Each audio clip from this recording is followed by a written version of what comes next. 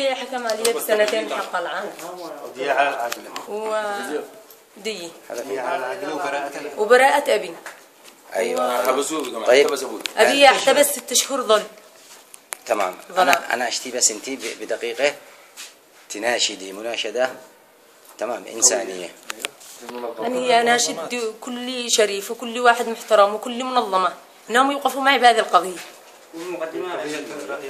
ناشدي رئيس الوزراء أنا أناشد رئيس الوزراء، أنا أناشد رئيس الجمهورية، أنا أناشد كل واحد شريف ومسؤول، أنا أناشد مجلس القضاء الأعلى، أنا أناشد كل واحد يقدر يغير بهذا الحكم الظالم. ولو غير على عقله علينا. وإذا هم عندهم شرف وعندهم عار هم صحيح ينقذون من هذا الحكم الظالم. طيب ما بش بينكم قرابة أنتم والرجال هذا؟ لا أنا ما أعرفوش ولا أنا ما طيب ما بش له طريق من عند بيتكم؟ ما بش عندنا طريق، احنا بيتنا لحاله برزقه كما لحاله، ولا ينزل البحث الجنائي ينزل ما جو يتعين، تشتوا تنزلوا انتم انزلوا وصوروا وانتم تبصروا الحقيقة بعيونكم.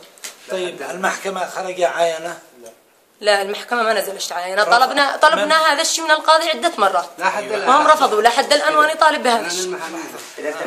هذا المحامي حقي تقدمت بطلبات لنزول المعاينة إلى مسرح الجريمة فلم تنزل المحكمة؟ لا ما نزلش أي حد، أنا طالبك بعدة مرات يقول لهم ينزلوا، أنا دافعك عن شرفي. بالاستئناف طلبك هذا الشيء نفسه. طلبتي من رئيس الاستئناف النزول؟ طلبنا منه هذا الشيء وهذا المحامي احنا خرجنا صورة لبيتكم وخرجنا صورة لبيته، يعني بيته بجهة بعيد وبيتكم بجهة بعيد. وبيتنا ما هيش على طول. بيتهم براس كما بعيد. هو بعيد، احنا بنزلنا من الجوجل. الشبك ومحاولة. طيب والرئيس اللي كان خلف من الذي جاء إلى بيتكم؟ من الذي جاء إلى بيتكم بعد الحادثة قلتي؟ جاء عبد اسمه حامد الحكمي. حامد الحكمي. أخو عبد العليم. طبعا عبد العليم معصب وعيال عبد العليم.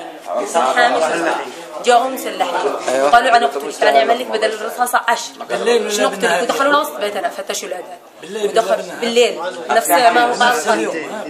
هذا من هو حامد وعبد العليم؟ حامد وابن عبد العليم. جاوا للبيت لعندي؟ لا عندنا للبيت، وجاوا قالوا أنا اقتلي، أنا أعمل لك بدل الرصاصة 10. دخلونا فشوا الأداة بزوا الآلي المهم بهذلوا بالدنيا بهذا لو شهود على هذا الشيء. أهل قريتي كلهم مواقيت. هل تعتقدين أن قوات وجوا أخذوا القتل من تحت الطاقة من دون ما يا سوري، هل تعتقدين أن قوات مثلا الظهر الذي يستندوا إليه أدى إلى هذا الوصول إلى حكم الإعدام؟